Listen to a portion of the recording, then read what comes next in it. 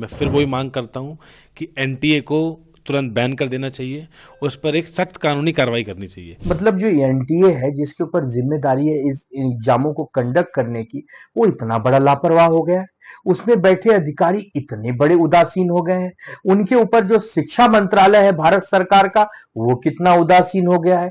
कोई जवाबदेही लेने को तैयार नहीं है। सरकार कह रही है कि यूजीसी नेट का पेपर हम सीबीआई की जांच कराएंगे, कैंसिल कर दिया है, लेकिन बच्चों के भविष्य का क्या होगा?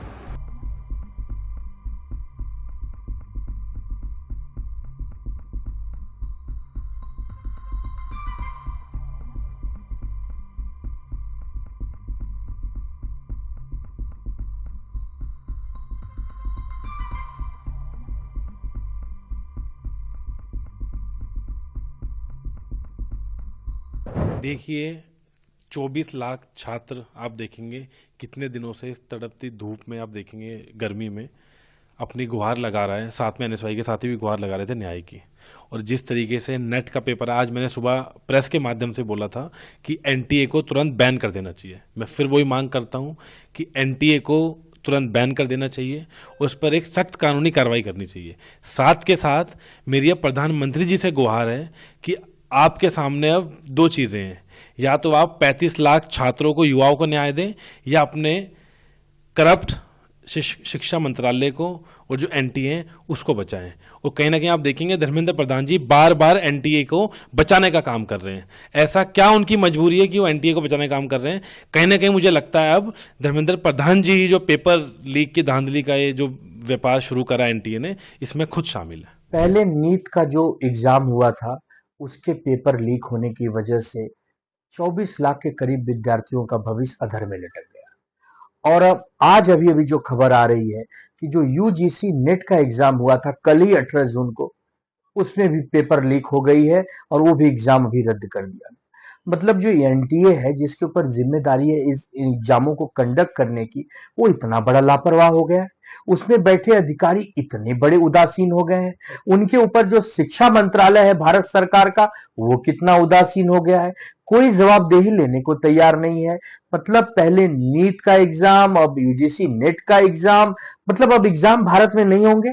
अब भारत में जो विद्यार्थी हैं या जो उम्मीदवार हैं जो जीवन में परीक्षा देकर आगे आना चाहते हैं, अब उनका भविष्य अंधकार में रहेगा। इसकी कोई जवाबदेही लेने को तैयार है प्रधानमंत्री जी, गृह मंत्री जी, शिक्षा मंत्री जी, आप सब कहां हैं?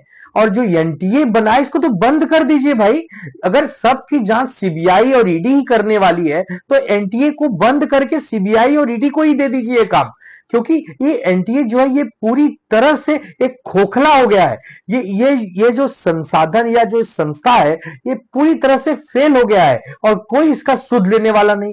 मतलब बार बार एग्जाम में पेपर लीक होना, बार बार एग्जाम करवा के फिर उसको रद्द करना, ये कौन से भारत की सोच आप कर रहे हैं? क्या 2047 में ऐसे ही विकसित भारत बनेगा?